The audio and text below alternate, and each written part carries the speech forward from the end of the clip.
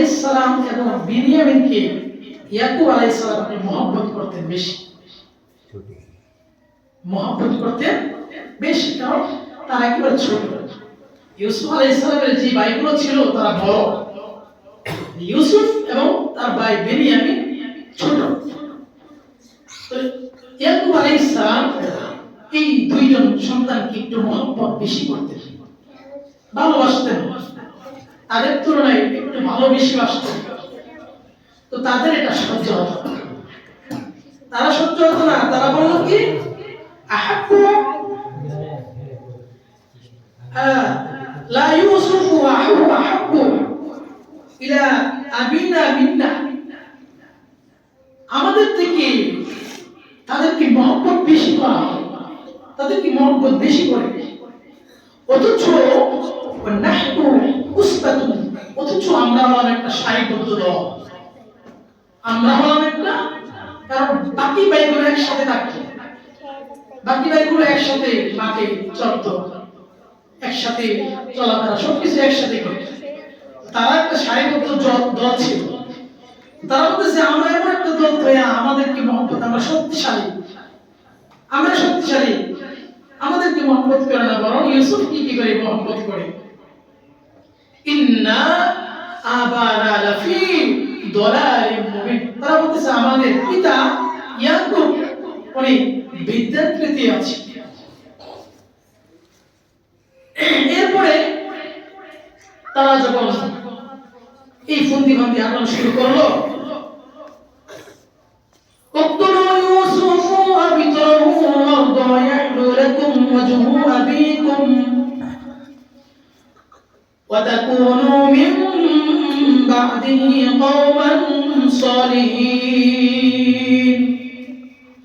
তোমরা তার কথা বলা শুরু করো, পরামর্শ শুরু করো, ইউসুফকে হত্যা করো। যদি ইউসুফকে হত্যা করো অথবা কোনো দূরে কোনো অন্য একটি জায়গাতে ফেলে রাখা হয়, যদি সেই কাজগুলো করা হয়, দেখা যাবে এক সময় ইউসুফ যখন তোমার বাবার সামনের চোখের সামনে থেকে চলে যাবে কতল করার মাধ্যমে অথবা দূরে কোথাও পাঠানোর মাধ্যমে, ইউসুফ যখন বাবার চোখের সামনে থেকে সরে যাবে তখন বাবার সামনে থাকবো বাকি ভাইগুলো।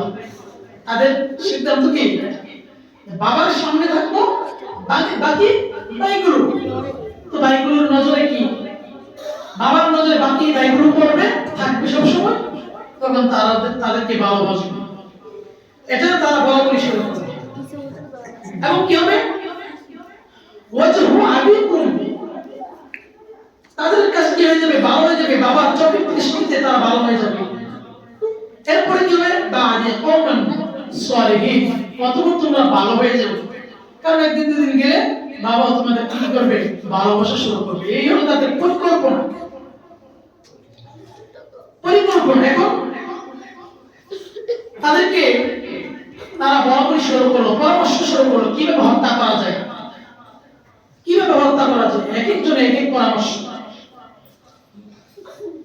قال قائل منهم لا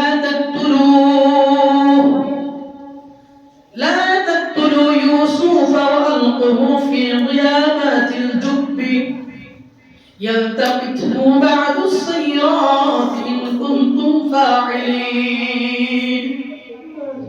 এখন তারা পরামর্শ করলো, ইউসুফকে হত্যা করো, ইউসুফকে হত্যা করো, যদি হত্যা করা হয় এটাই কি হবে সিদ্ধান্ত।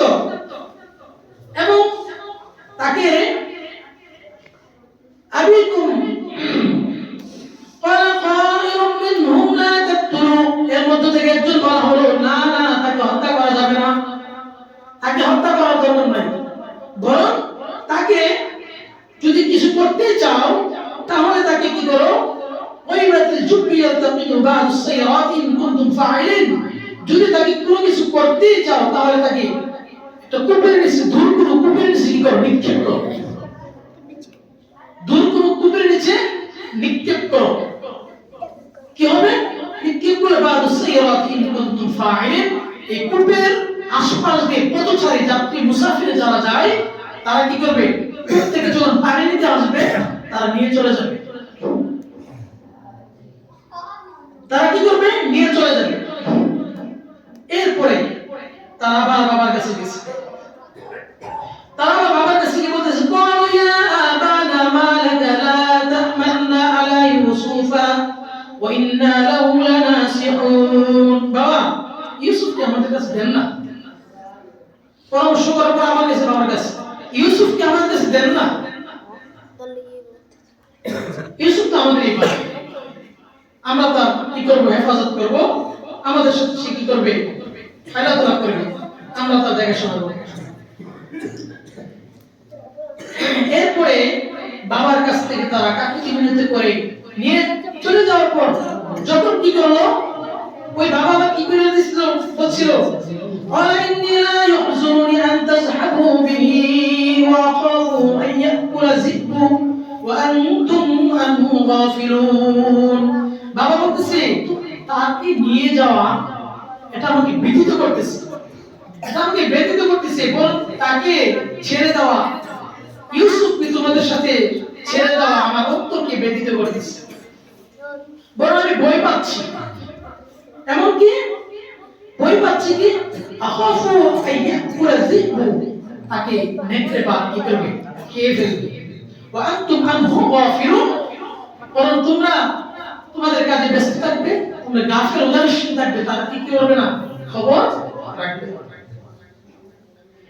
এরপরে ইউসুফ আলাইহিস সালামকে তারা কি করলেন? কুয়ার মধ্যে নিক্ষেপ করলেন। ইউসুফ আলাইহিস সালামকে তারা কুয়ার মধ্যে নিক্ষেপ কইরা এখন তারা আবার কি করতেছে? যাইতেছে। ওয়াজা আবা ওয়াজাউ আবাহুম বিশাআন ইয়াবকুনা। তারা রাতের প্রথম অংশকে বলা হয় সন্ধ্যাকাল। যখন কি দিন শেষ হয়ে যাচ্ছে, রাত অন্ধকার নেমে আসছে, সেটা হচ্ছে রাতের প্রথম অংশ।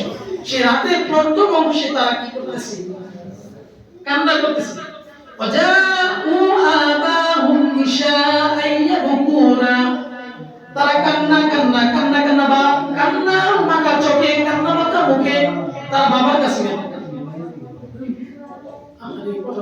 কান্না মাখা চোখে তার বাবার কাছে গিয়া বলল, বাবা, শুকরের মুখ নিচে থেকে, ইয়াকুব আলাইহিস সালাম বলতে, কি হচ্ছে?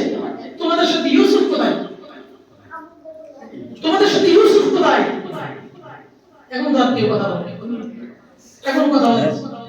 এখন একজন বলতেছে, বাবা জানি তুমি বিশ্বাস করবে, বাবা তুমি জানি বিশ্বাস করবে না, কিন্তু ইউসুফকে আমরা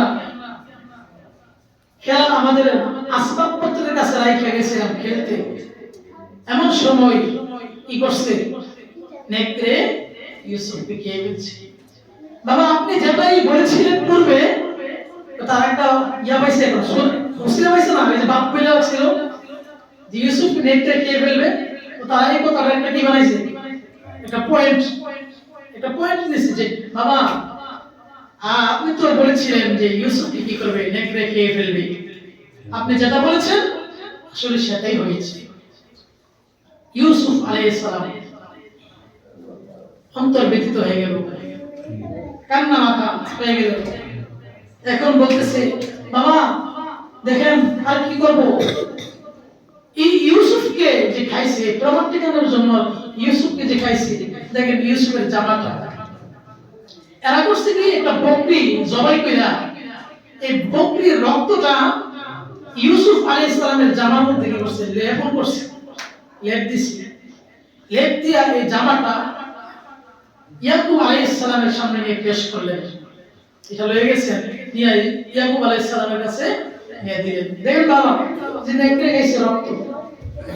তো মিথ্যাচারী যারা মিথ্যাচার করে, যারা বানোয়াট কিছু বলে, কিছু করে, কিছু না কিছু একদিক থেকে ত্রুটি থাকবে, একটা না একটা ত্রুটি থাকবে। তো এই জামা যখন পেশ করলো, ইয়াকুব আলাইহিস সালাম জামায়ের ঘরে দেখে বলছে, হাই হাই, এটা কি বাঘ রে? এটা কেমন বাঘ খাইলো রে? জামাটা পর্যন্ত ছিল, কেমন বাঘ খাইলো আমার ছেলে ইউসুফকে? যে জামার শরীরে রক্ত, অথচ জামার পুরো একটা অংশে ছিঁড়া ফাটা হয়। কি এমন বাঘ খাইল? ইউসুফ আলাইহিস সালামের এই হত্যাকাণ্ড সরাসরি যদি ইয়াকুব আলাইহিস সালাম না বুঝতে পারে, কিন্তু উনি নবী, ইয়াকুব আলাইহিস সালাম উনি নবী, উনি বুঝতে পারতেছে একটা ঘটনা অবশ্যই ঘটছে। ইয়াকুব আলাইহিস সালাম ধৈর্য ধারণ করলেন, সবর ধারণ করলেন। এরপরে ইউসুফ আলাইহিস সালাম কোথায়? এখন কুয়ার মধ্যে। ইউসুফ আলাইহিস সালাম কোথায় আছে এখন? ওই যে কুয়াতে ফেলাইছে, কুয়ার মধ্যে আছে। ইউসুফ আলাইহিস সালাম কুয়ার মধ্যে আছে, এমন সময় যাত্রী দল, এখন তো আমরা গাড়ি ঘোড়া ওই মরুভূমির দেশ, 400 বছর আগে আমাদের নবী আগমন করার আগে এই ঘটনা। তো ইউসুফ আলাইহিস সালাম কুয়ার মধ্যে আছে, এখন পথযাত্রী এই কুয়ার পাশ দিয়ে যাচ্ছে। তো তারা হিসাব করলো সামনে একটা কুয়া, এই কুয়া থেকে অনেক দূরে আরেকটা কুয়া। তো এই কুয়া থেকে আরেকটা কুয়া পর্যন্ত যাইতে যতটুকু সময় প্রয়োজন হয়, এই সময়ের মধ্যে আমাদের পানির যতটুকু প্রয়োজন ততটুকু পানি আমাদের কাছে নাই, এতটুকু পানি আমাদের কাছে নাই। তাহলে কি করতে হবে? এই কূপ থেকে আমাদের পানি তুলতে হবে। একজনকে পাঠালেন, وجاءت سيارة فأرسلوا واردهم أدلى دلوا قال يا بشرى هذا غلام। একজনকে পাঠালেন কুয়ার পাশে, সে কুয়ার পাশে গেল, কুয়ার পাশে গিয়ে বালতি ফেলাইছে। কোন ইতিহাসের ঘটনার কিতাবে পাওয়া যায় সেই কুয়ার পানিটা লবণাক্ত ছিল। যখন সকলেই বলাবলি করতেছিল যে এই পানি একটু দিবাই না, লাভ কি?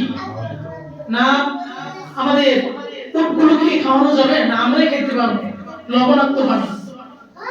এরপরেও তারা বললো তুলে আনি না, আমাদের হয়তো অন্য কোনো কাজে রাখতে পারে। তো একজন গেল, পানি আনলো, পানি তুললো, দেখি পর পানি বড় মিষ্টি। এখন খবর পাঠাইলো সবার কাছে যে পানি মিষ্টি। তো সকলে আবার কি করলে, বালতি নিয়ে রশি ফালাইলো। রশি ফালানোর পরে এই রশির মধ্যে কি করছে, হাযা গুলাম ক্বালা ইয়া বুশরা, সুসংবাদ কিসের? যে নবী, তারা তো জানে না নবী নাকি। তারা বলতেছে এত বার কেন? ইউসুফ আলাইহিস সালাম আল্লাহর নির্দেশে সেই বালতির মধ্যে, যখন বালতি ফেলাইছে কুয়ার মধ্যে, সেই বালতির মধ্যে ইউসুফ আলাইহিস সালাম ওকে রশির মধ্যে দেওয়া হয়েছে। সুবহানাল্লাহ। ইউসুফ আলাইহিস সালাম ধরে রাখছে, আর এদিকে বালতি তুলতেছে, বালতি টান দিতেছে। ইউসুফ আলাইহিস সালাম সামনে বাইশে বসছে। ইউসুফ আলাইহিস সালাম বালতির সাথে কি করছে, কুয়ার পাড়ে চলে আসছে। মানুষগুলো দেখতেছে, এত সুন্দর চেহারার মানুষ, এত সুন্দর চেহারা একজন বালক কুয়ার মধ্যে পড়লো কিভাবে? এই সকলেই বলাবলি করার পরে তাকে নিয়ে চললো এখন মিশরের দিকে। কোথায় যাবে? মিশরের দিকে। ইউসুফ আলাইহিস সালামকে নিয়ে চললো মিশরের দিকে। এখন মিশরের দিকে যাবে। তো তারা ভাবতেছে কোনো গোলাম হয়তো, এটা তো আর আমরা সাথে রাখবো না, বরং এটাকে আমরা বাজারে বিক্রি করে দেব। তৎকালীন সময়ে মানুষ কি হতো, বিক্রয় হতো। গোলাম যারা, তারা কি বিক্রি করা হতো, টাকার বিনিময়ে বান্দি রাখতো, বান্দি বলা হতো। মেয়ে লোক আর কি স্ত্রীর সাথে যে আচরণ, সে আচরণ কোনো বান্দিদেরকে দেওয়া হতো। তৎকালীন সময় এটা বৈধ ছিল, কিন্তু এখন জায়েজ নেই, বৈধ নেই। এখন গোলাম বিক্রি করা জায়েজ নেই। কথা বুঝতে পারছেন? ওই সময় মিশরের বাজারে উঠালেন ইউসুফ আলাইহিস সালামকে উঠাইছে। বাজারে উঠাইছে। বাজারে ওঠানোর পরে ওই মিশরের যে মন্ত্রী ছিল, সেই মন্ত্রী ইউসুফ আলাইহিস সালামকে চওড়া দামে অনেক অধিক মূল্য দিয়ে ইউসুফ আলাইহিস সালামকে কিনে নিয়ে গেলেন। কিনে নিয়ে গিয়ে ওনার রাজপ্রাসাদে